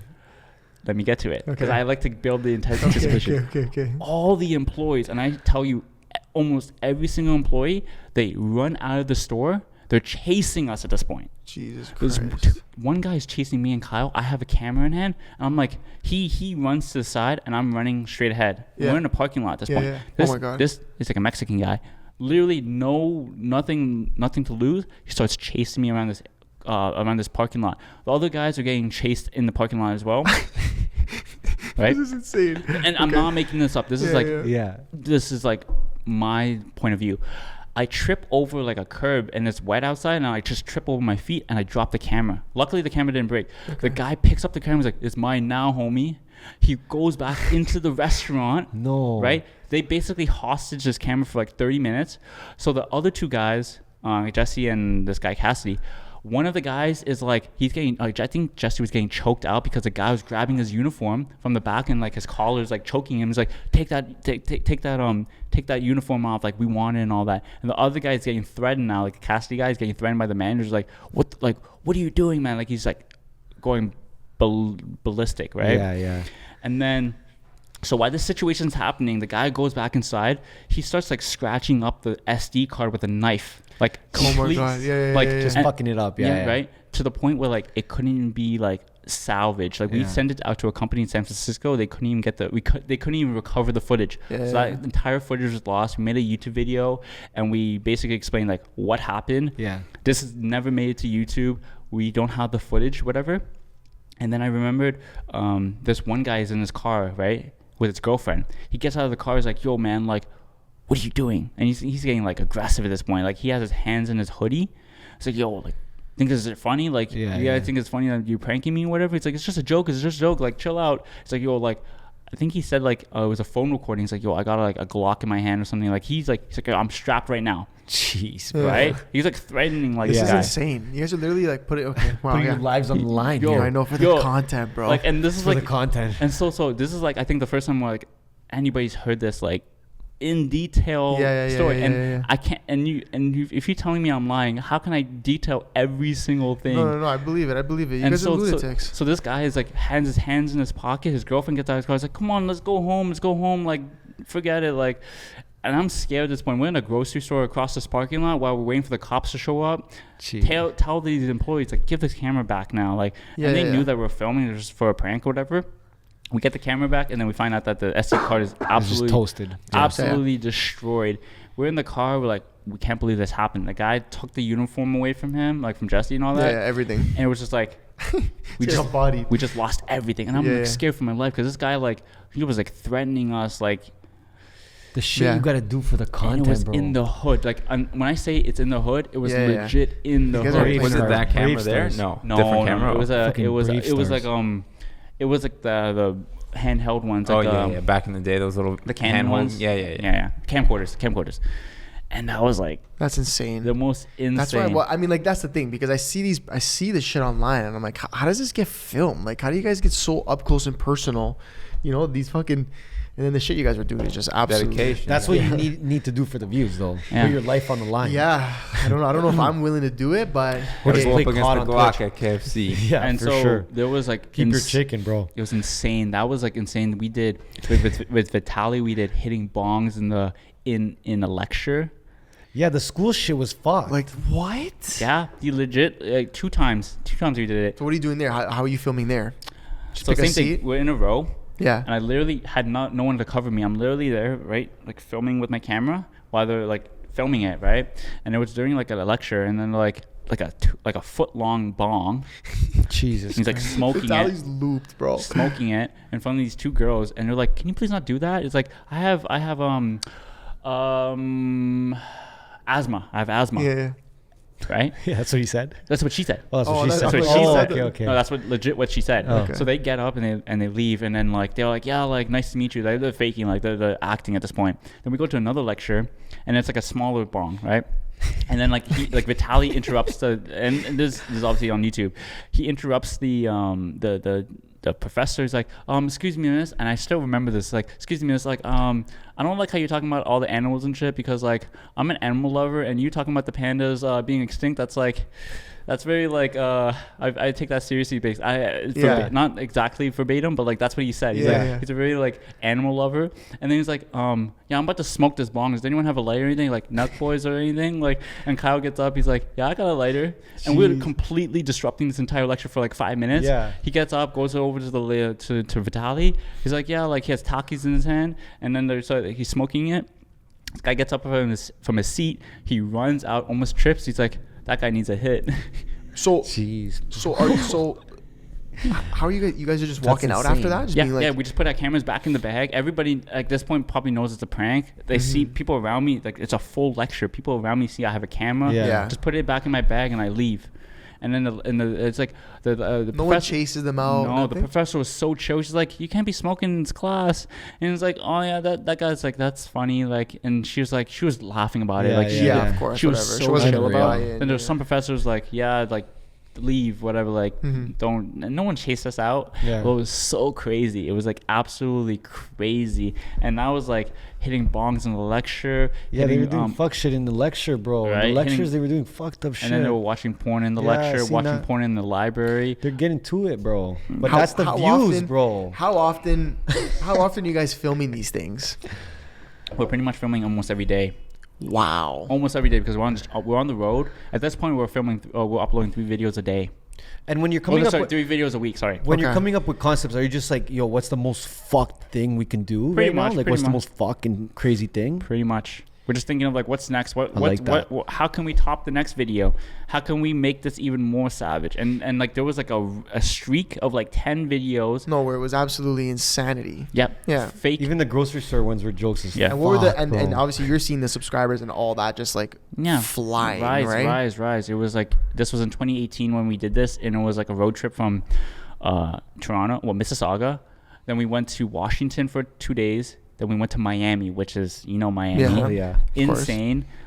Then we went to Tampa. We filmed with this guy, Juke Squad, in Tampa. Like, we did like a golf course. Juke Squad? Juke Squad. Juke Squad. Yeah. He's a guy in Tampa. The golf course shit was like funny. I thought that was jokes. Then we those old guys they get cheese. And then this is like the road trip we did. We drove 8 hours from Tampa to Austin, Texas, straight. Wow. Nice. Actually, no, sorry, to New Orleans. We went to New Orleans, stopped there for a night. Then we drove from New Orleans to Austin for like 8 hours again. So that's 16 hours of just driving. And you're saying on the way you guys are filming shit.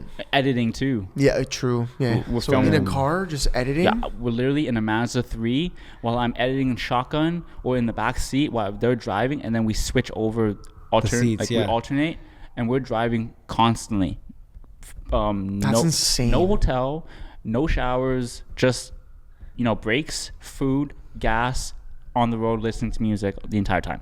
Then we get to Austin. Wow. Then we get to Tempe, Arizona, where we filmed with Big Doss, where we did beefing football fans. Yeah, Big Doss is a G. Right, and then before we did that beefing football fans, in Georgia or South Carolina, we did the fake. Was it Florida? It was like Georgia to Florida. Okay, we did the fake gas station employee prank. Kyle legit had a gas and he pumped the gas out. What? What the fuck? What do you mean he pumped the gas out? Just spraying it everywhere? Yes. Yeah. That's insane. Yo, this is like this was probably the most insane pranks, and this is like I said, the most insane pranks you probably have ever seen on YouTube.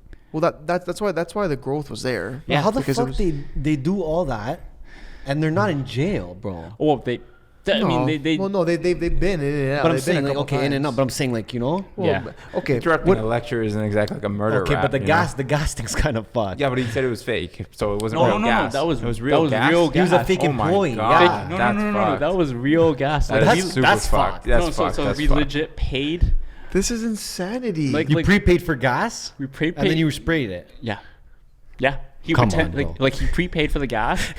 That's crazy. You're doing that and you're like, okay, you know what? I might go to jail for this. That's crazy. He pretended like he didn't know how to use the gas pump. He's like, just press the handle, and he's legit in front of the guy. No. Spraying the gas. But the guy's there? The guy's right beside him. And this is in Miami, and this was I think in Georgia or something, and he's legit spraying the gas. Yeah. Balls the size of watermelons, dude. Yo, that's what you gotta have. I guess that's why the growth was. That's why the growth was so fast. It was insane. And then so we went to Tempe, Arizona. And personally, it was one of my favorite times because it's like homecoming. It was a football game between rivals of ASU and A of U, University of Arizona, and Arizona State University, which is my favorite school in the U.S. Yeah. The craziest experience there. Yeah. Think of it like Western or Queens, but on a different scale. At this point, are people knowing Nelk? Yes. You know what I mean? When you're going to these schools, they're like, holy fuck, that's Nelk Boys, blah, blah, blah. Yeah. Filming with Big Doss. Shout out to Big Doss. Absolutely love the guy. Did his podcast as well. Yeah. Loved it. And then we did that. Then we went to California, filmed with the Cloud House, FaZe Banks, at this point, it's you, Kyle, and just Jesse. Just us three. So just you three rolling. So it's like I said with the No Jumper podcast, and even with them, it was just us three for the first year and a half that I was there. Some people don't know this because obviously there are different waves of audience and fans that come into it. So at this point, maybe a couple months into it, I want to say maybe a month into it, we just hit 1 million subscribers, and then a year later we hit 2 million subscribers. So at this point, we're growing instantly. Yeah. And it's just us three filming 3 videos, uploading 3 videos a week, filming every day, editing as we go while we're traveling, and that's how we grew. Yeah. We grew up to and then obviously in 2019, when we were living in the Cloud House for 6 months. That's when we hired new people. We had more people come on the team. So it was about 10 of us at this point, because. Wonder what's the from 1 million subscribers and these videos coming out, there must have been good money flowing at that point. I would have imagined. Well, I feel like you get demonetized on a lot of the stuff, right? Yes. So you gotta get sponsors. So none of the stuff is even none of the shit you're editing. I think even now they don't have it. They have sponsors. Now I know it's none. Now I know it's none. It's all merch. It's all merch. But at that time, was it merch? Yeah. Still even then, eh? Strictly merch. No ad money. No sponsorships, nothing like that, because nobody wanted to take them on. So what? These guys, Jesse and shit, are just like fucking making merch. Yeah. That's crazy. That's crazy, bro. Yeah, and then that's when we hired. Not even a sponsor. No. Everyone, I remember at that time, everyone was calling for the Corona sponsor, no? Because it was Rona. You guys were just smashing Ronas. Corona season. Yeah. When they came here, they would just go to spots and just order like 100 Coronas. So no. That's another crazy story. You just brought up Corona. We ordered 1,000 Coronas for one party. And this is actually, I never told Wasn't this at Liar Liar? No, this was in LA at a Beverly. LA, okay. And I never actually, this is even crazier. Yo, I have so many stories to tell. Really This is like my own personal story. No one else was there to even witness this. I had to tell them after I came home, okay? So, and this is the first time I'm ever saying this, okay? So this is wild, okay? And I'm telling you, it's wild. You would never believe this, okay? We met this guy, like he's like an influencer or whatever. Him and his buddies booked an Airbnb in a mansion in Beverly Hills, okay? Okay. So we planned to have a party.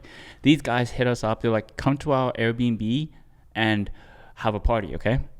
Just for the video, we ordered 1,000 Coronas. Legit. That's amazing. 1,000 Coronas. Yeah. This guy had a full van pack, like a GMC, like Yukon, whatever. Yeah. Like 17 cases of Corona in his car. Unpacked it for all of us. We got it all in. We made a little Game of Thrones like chair with the Corona bottle, boxes. And then we threw the party. Not even like a quarter of it was even drank. We had like legit like maybe 700 bottles of of Corona left, right? Not even like used. Like they just left it there. The place. So we hosted that party. I think this was a Saturday, and these guys were supposed to stay there till Wednesday. So Saturday happens. We had the party. Everyone that we knew, like Banks and all these phase guys, all came out. Craziest party at that point, okay? So then someone from ASU visited from Tempe to LA, right? Just to kind of like party with us. And then... So she leaves her car in the driveway of the person's Airbnb, right? Okay. So we leave the party early. This is like maybe 10 p.m., 11 p.m. The Airbnb host finds out that they're hosting a party at his place. He's in Vegas, okay? Jeez. He finds out through Snapchat and through like people sending him messages. Like, you're having a party at your Airbnb. And then he drives from Vegas to LA in like 2 hours, like speeding down the highway. This guy's speeding. Oh shit! This guy's speeding down the highway, getting to his Airbnb. They kick everyone out of the place. The entire place is destroyed. Like I'm talking like destroyed, like dirty bottles everywhere, garbage everywhere. Like they just left in a mess. So then the two girls that we went to the party with, the one that left her car there was in the driveway. For some reason, they couldn't find the gate opener. The Airbnb host is there with his partner. And they're just searching the house, like getting all the details or whatever. And then there's a couple guys that come in and out because they want to get their shit and they just want to leave. I'm kind of dumb that I stayed there for my welcoming. Like I was there too long for my welcoming. So legit, the girls are there. They're trying to wait and get their car out. So we finally find the gate, the key to the gate, open it up. Finds out that her license plate's missing. They threw it in the bush of the person's house. We didn't know that until after. Yeah.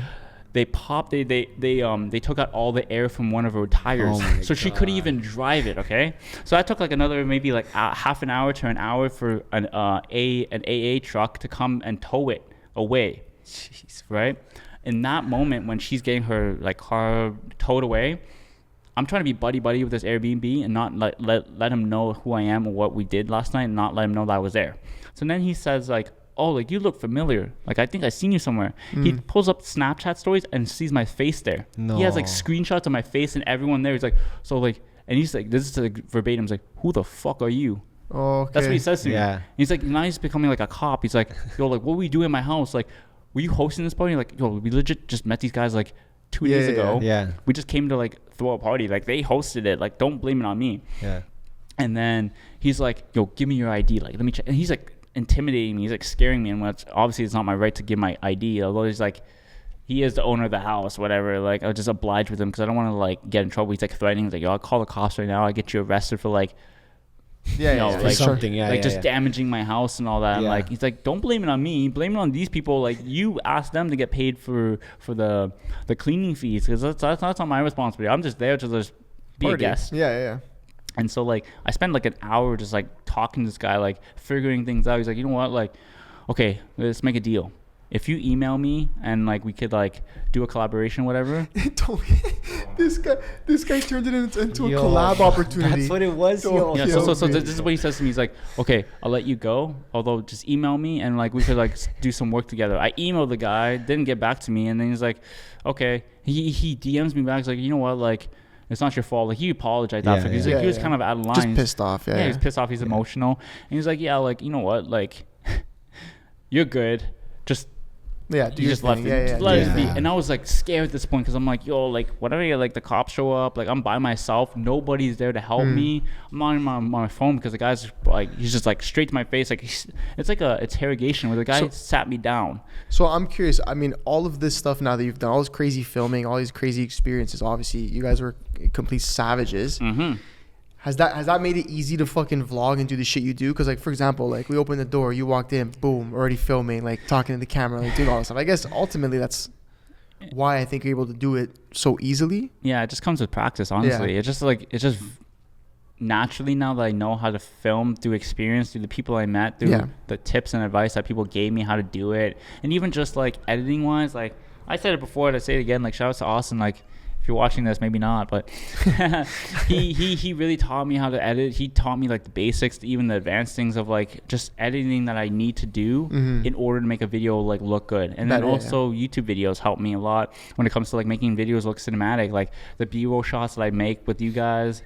Like, that's how I learned how to make it so cinematic. And I just learned like throughout the last 6 months, 8 months of like how to edit things, how to make things feel like it's a movie or like a real productive video. Just zoovie, dude. No, I mean, I see it. I see you do it on the gram, so it's true. Listen, I mean, we're not going to ask you the money buys happiness question, because you've already been here and done that. But what I do want to ask is, what is set for the future for you? What can people expect out of you in the next couple months, 6 months, 3 months, months? I don't know. No? By the way, what's the time looking like, Dean?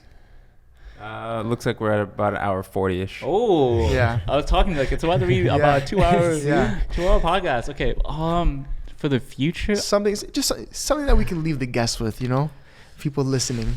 I don't know. I really have no expectations. I have no idea what I want to do. I do want to sell prints. Me and Odessa were talking about this. I do want to sell some of my photos prints. So if you're interested in a print of mine, post it on my Instagram story. Like, anyone's interested. If you guys are interested, you know. Yeah, we got you. We got you. Salesman right here. Hey, I got you. I'm gonna get you 2 for 1. Other than that, honestly, like, I'm just waiting for what I'm pretty much gonna like see where the future takes me. Yeah. Because somebody once said, depression happens because you think about the past too much. You get anxious too much because you think of the future too much.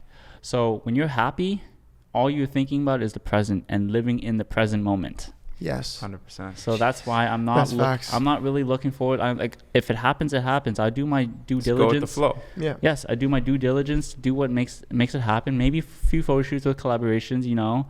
Yeah. And other than that, you know, we'll see where things go. It's only gonna go up from here. And OnlyFans. Patreon, I don't know. No, legit, man. I respect it. Keep at it, bro. Like, you've been just creating bare content, but connecting with bare people. Still continuing the YouTube. People can still expect the YouTube videos can stay consistent. YouTube videos, shorts, Instagram reels, Instagram photos, TikToks, Twitter photos, videos, all of that stuff. All right, so content machine. Bro. One thing people can expect is to continue seeing the content. The content king. Yes. No, I'm kidding. No. That's what you guys said. That's what I said. Still. And to leave it off, like, kind of to give a good feeling at the end. I had a conversation with my mom and my brother recently, and they were talking about death and legacy, right? Because it's like, eventually we're going to die. We talked about this on the last podcast.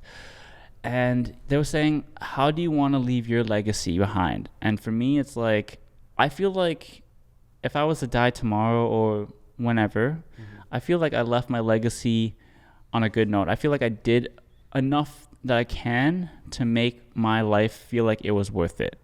And that's what I hope that other people like watching this feel like. if you felt like you lived a good life and you did everything you could and you strived for everything you did, and you were still looking for more things in the future that you're looking forward to and actually accomplishing, and hopefully someone else could take over and do that for you. If you left a good legacy where people remember your name for the good and respected your career and everything you did, then that makes me happy knowing that I died a happier life, you know? Yeah. I rate it. Damn, bro. It's all about legacy. It's true, That's though. gonna make me and you know cry what? out here, a dude bro. like you've experienced things that some people will never experience in 100 years. You have like 5 lifetimes. You have like some pretty crazy experiences. So you have 5 lifetimes of fucking hope. So we see the wisdom. We see the wisdom, and we appreciate it. And we will for sure have you back on again. I told him, fam. Yeah, you know the vibes. Season 5, whatever the case is, you know, He's we're got gonna a bring you residency back. on our podcast. Official residency. Am I like an honorary guest? Yeah, bro. Yeah, that's what it seems like it's gonna have to be. Because honestly, I just love this podcast so much. But like, Thanks, bro. If you allow me to come on this podcast, and if people want to see me back on this podcast, give what the people want. Yeah. That's what it was. We saw what it did. We knew the people wanted it. We brought it back. You know what I mean? And the thing is, there's so much I could talk about that we can only fit in like probably 2 hours. Because like I said, I predicted it'd be like a 2-hour podcast. Yeah. Although I hope you guys left with some good content and some good knowledge and got to know more about my life. Yeah, bro. And there's so much more. And like I said, we'll definitely bring you back. But on that note, bro, we appreciate you coming back. Yes, appreciate sir. you. It was fucking Big Potter. This will be out actually very soon. Yep. So that's a good season thing. Finale. Yes. Wow. And dude, on that note, like and subscribe if you've made it this far. Yeah, subscribe now. Share it to your friends. Share it to your friends. Let them know it's good. Go share. And I'll also say, Kyle, I feel like you're gonna see this too. Hit the kids up, bro. Kyle, bro, check your DMs, bro. Check your fucking bro. DMs, Check the bro. DMs, Every right? day, bro. On that note, Dean. We out. We out.